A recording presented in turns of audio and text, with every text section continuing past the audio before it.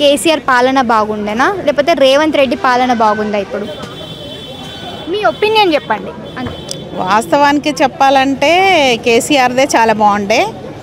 ఇంకా తను వెళ్ళిపోయాడు కాబట్టి వీళ్ళు ఏంటంటే ఇప్పుడు ఫ్రీ బస్సు ఇది బాగుంది, జాబ్ చేసుకునే ఎక్కువ డబ్బులు పెట్టుకోలేని వాళ్ళ కోసం అయితే ఇది బాగుంది. కాకపోతే ఏంటంటే దానివల్ల ఈ ఫ్రీ బస్ ఏమో కానీ ఆ డ్రైవరు కండక్టరు మహిళలకు అసలు రెస్పెక్ట్ ఇవ్వటం లేదు. ఆ ఫ్రీ పెట్టడమేమో కానీ ఫ్రీ బస్ పెట్టడం వల్ల డ్రైవర్లు కండక్టర్లు రెస్పెక్ట్ ఇవ్వట్లేదు. అసలు లేడీస్కి వాళ్ళు ర్యాష్గా మాట్లాడడము చాలా కోపం వస్తుంది. అది మేము పెట్టమని అడగలేదు, తను ఏదో మహిళల కోసం పెట్టాడు. అట్లా మీకేమైనా ఎప్పుడైనా ఎక్స్పీరియన్స్ జరిగిందా? అందుకే కదా నేను చెప్పేది ఎక్స్పీరియన్స్. అందుకే వాళ్ళు ర్యాష్గా మాట్లాడడము.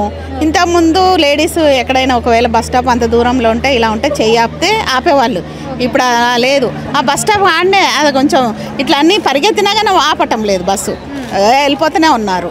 అది సో ఓవరాల్గా ఫ్రీ బస్ ఓకే కానీ రెస్పెక్ట్ ఇవ్వటం లేదు. ర్యాష్గా ఎలా మాట్లాడుతున్నారంటే ఫ్రీ ఉందని ఎక్కటము, ఇంట్లో పనులు ఎందుకు ఇంట్లో పనులు వదులుకొని కావాలని బస్సు ఎక్కి అయితే పోరు. కానీ వాళ్ళు మాట్లాడే విధానం అలా ఉంది.